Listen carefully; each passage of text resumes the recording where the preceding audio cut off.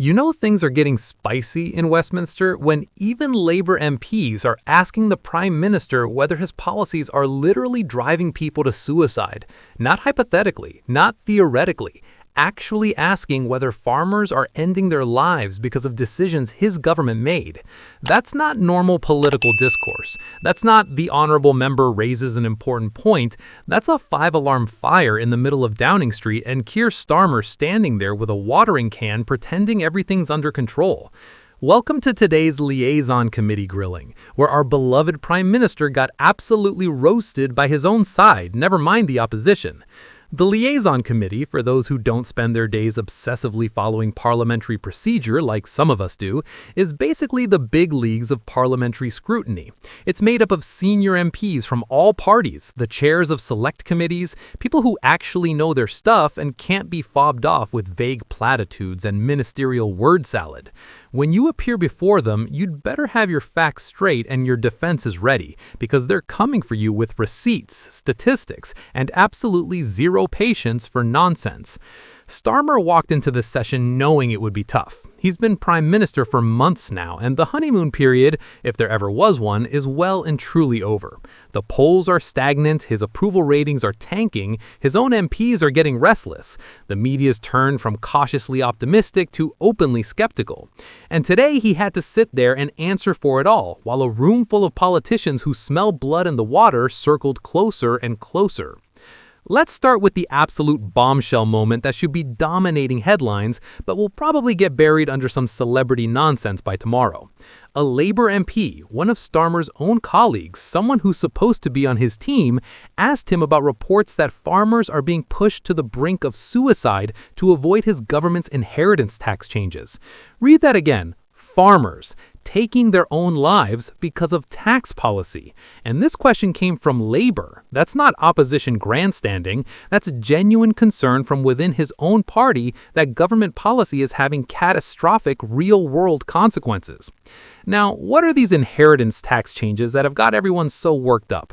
Well, the government decided that agricultural property relief, the thing that allows family farms to be passed down through generations without being obliterated by inheritance tax, needs to be scaled back. The policy is supposed to target wealthy landowners who buy up farmland to dodge taxes. Fair enough in principle, except in practice, it's hitting actual working farmers, families who've been on the same land for generations, people who are asset rich but cash poor. They've got land worth millions on paper but barely make enough profit to survive year to year, and now they're facing tax bills they can't possibly pay without selling up. So what do? Some are genuinely considering the horrific option of taking their own lives before the changes kick in, because that way the farm passes to their children under the old rules. That's not political hyperbole. That's not opposition fear-mongering. That's what a Labour MP felt compelled to ask the Prime Minister about in a public parliamentary committee. And Starmer's response? Essentially, we're sticking to the policy. We think it's right. We're not changing course. No acknowledgement of the human cost. No hint of reconsidering. Just robotic adherence to a policy that's driving people to despair. Kevin Hollenrake, the Conservative Party chairman, absolutely nailed it when he said Starmer acknowledges farmers are taking their own lives but refuses to change course. That's not principled leadership. That's ideological stubbornness at the expense of human lives. It's prioritizing a policy position over the people that policy affects. And it's exactly the kind of thing that makes voters lose faith in politicians entirely. Because if you can't change direction when people are literally dying because of your decisions, what's the point of democracy? What's the point of accountability? You might as well be ruled by algorithm. But the farmer's suicide question wasn't even the only nightmare moment from this session. Starmer also got grilled about the upcoming junior doctor strikes. Because yes, junior doctors are striking again, which means the NHS is once again grinding to a halt, patients are suffering, operations are being cancelled, and everyone's pointing fingers about whose fault it is. The Prime Minister's response? He called the strikes irresponsible. Just threw that out there. The strikes are irresponsible. Now, on one level, fair point. Strikes do cause disruption. patients do suffer when doctors walk out. Nobody disputes that.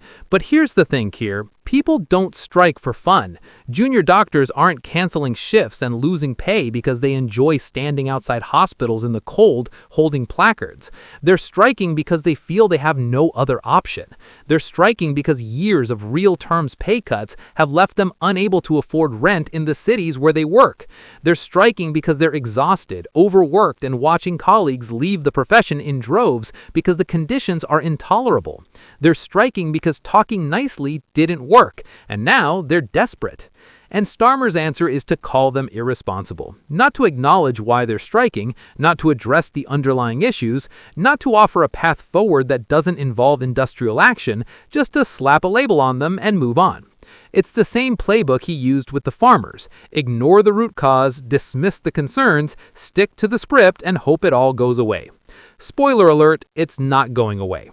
This is classic Starmer, and it's why his government's struggling so badly. He's a lawyer by training, and it shows. He approaches problems like they're cases to be argued, rather than human situations to be resolved. He's focused on being technically correct, on having the facts lined up, on winning the argument. But governance not a courtroom. You can win every argument and still lose the public. You can be right on paper and catastrophically wrong in reality. Because politics isn't just about policy, it's about people. And Starmer fundamentally doesn't seem to get that. Kevin Hollenrake didn't hold back in his assessment after the session. He said Starmer's putting party before country, which is politician speak for you're more worried about looking weak than doing the right thing. He said he needs to grow a backbone, which is about as brutal as it gets in the usually polite world of political statements. And he accused him of governing to protect his own position rather than in the national interest, which is the ultimate condemnation for any prime minister. And here's the kicker. It's hard to argue he's wrong. What is Starmer's grand vision? What's the thing that defines his premiership? What will people remember him for in 20 years? Not being the Tories? That's not a legacy. That's just luck of timing. He hasn't articulated a compelling vision for the country. He hasn't inspired anyone. He's just sort of there, managing crises badly and hoping something positive eventually happens by accident. The Liaison Committee session also touched on leaks, that perennial Westminster obsession. Starmer got asked about taking action against people who leak sensitive information. He claimed he's done it before, but couldn't say when or how. That's not reassuring. That's either never lying about having taken strong action against leakers, or you did take action, but it was so ineffective or controversial that you don't want to talk about it. Neither option makes you look good. The broader picture here is a prime minister who's losing control of his own narrative. He's being defined by his failures rather than his successes. The farmer inheritance tax debacle, the junior doctor strikes, the economy flatlining, energy bills rising despite promises to cut them, the House of Lords cronyism, the infighting and public criticism from his own ministers. Every week there's a new crisis, and every week Starmer responds with the same robotic talking points that convince nobody and inspire even fewer. This Liaison Committee appearance was supposed to be an opportunity for Starmer to reset, to show leadership, to demonstrate that he's got a grip on things and a plan moving forward. Instead, it turned into another example of why people are so frustrated with his government. He's technically competent, he can recite statistics, he can defend policies on a theoretical level, but he's completely disconnected from the human impact of those policies. He doesn't seem to feel the weight of the decisions he's making. He doesn't seem to understand that real people are suffering because of choices his government made.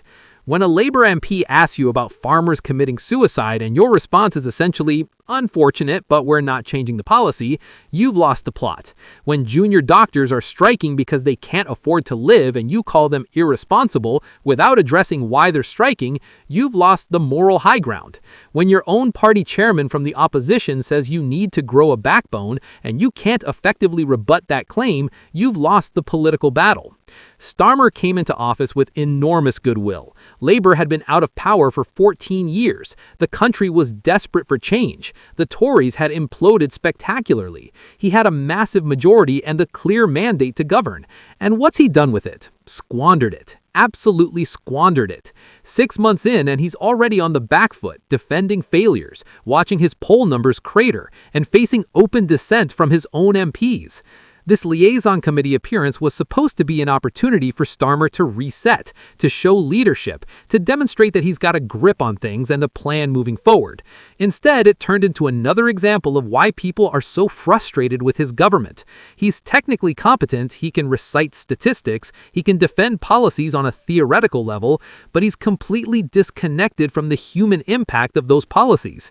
He doesn't seem to feel the weight of the decisions he's making. He doesn't seem to understand that real people are suffering because of choices his government made. When a Labour MP asks you about farmers committing suicide and your response is essentially, "Unfortunate, but we're not changing the policy," you've lost the plot. When junior doctors are striking because they can't afford to live and you call them irresponsible without addressing why they're striking, you've lost the moral high ground. When your own party chairman from the opposition says you need to grow a backbone and you can't effectively rebut that claim, you've lost the political battle.